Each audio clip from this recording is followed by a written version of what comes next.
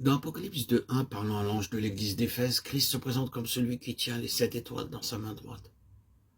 Quand nous sommes exposés au danger, il commande à ses anges de prendre soin de nous.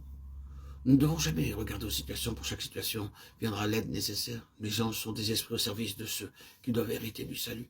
Hébreux 1.14. Selon Actes 12.7, les anges ne nous accompagnent pas tout au long de notre route. L'ange accompagna Pierre un bout de chemin seulement. Dieu savait que Pierre oublierait et laissait derrière lui ses sandales et son vieux vêtement. Aussi l'ange le rappela de les prendre. Puis l'ange le quitta. N'oubliez pas que les anges de Dieu veillent à son peuple. À Kéta, 58 000 personnes moururent en 18 secondes. Un croyant seulement fut tué, alors que 92% de la population fut détruite. Le Seigneur se présente aussi à son Église comme celui qui marche au milieu des 7 chandeliers d'or. Beaucoup de croyants furent emprisonnés et chassés par les persécutions. Acte 12, 1, 3. Jean s'interrogea certainement, disant « Quel sera l'avenir de l'Église ?» Le Seigneur répondit « Ne regarde pas l'état extérieur, je suis au milieu de l'Église. Je construis mon Église, et pour cela je ne m'appuie pas sur les constructions humaines et les biens. » L'or des chandeliers parle de la vie divine.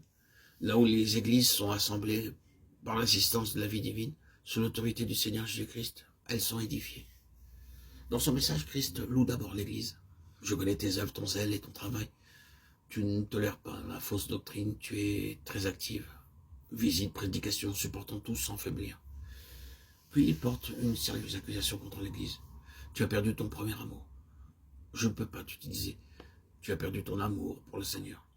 Sans amour pour le Seigneur, il ne peut pas nous utiliser. Nous pouvons déployer une grande activité, mais s'il n'y a pas d'amour dans nos cœurs, nous sommes inutiles.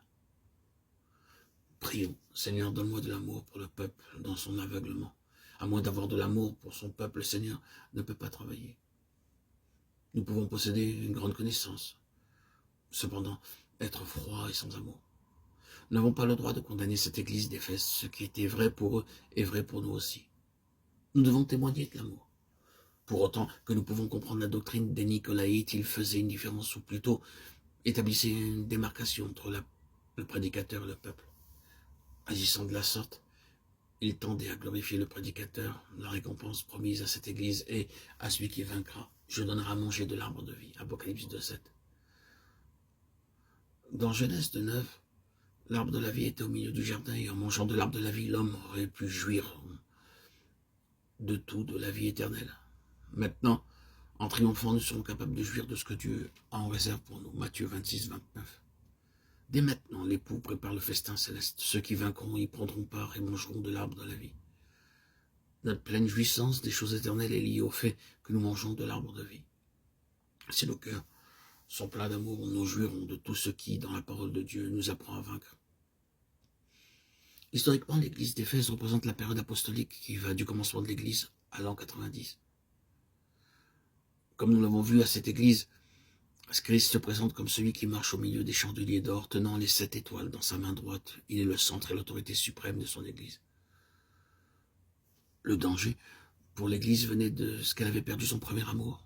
Il lui a donné un avertissement, se souvenir et se repentir.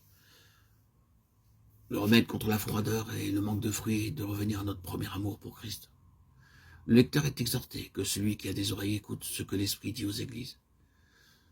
La récompense de la fidélité est de manger de l'arbre de vie. Prions. Seigneur, garde-moi sensible et affectueux.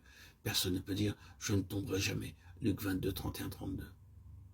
Nous devons apprendre à prier pour ceux qui tombent, aller vers eux personnellement et prier avec eux. Dans Galates 2:11, nous voyons comment le cœur de Pierre devint froid. Il n'avait pas le même amour pour tous. Nous devons apprendre à aimer nos ennemis, même ceux qui nous haïssent et ceux qui tombent. Nous devons nous assurer que nos cœurs sont doux et sensibles. Notre enseignement est sans valeur s'il n'y a pas d'amour dans nos cœurs et si nous ne savons pas comment partager les fardeaux des autres.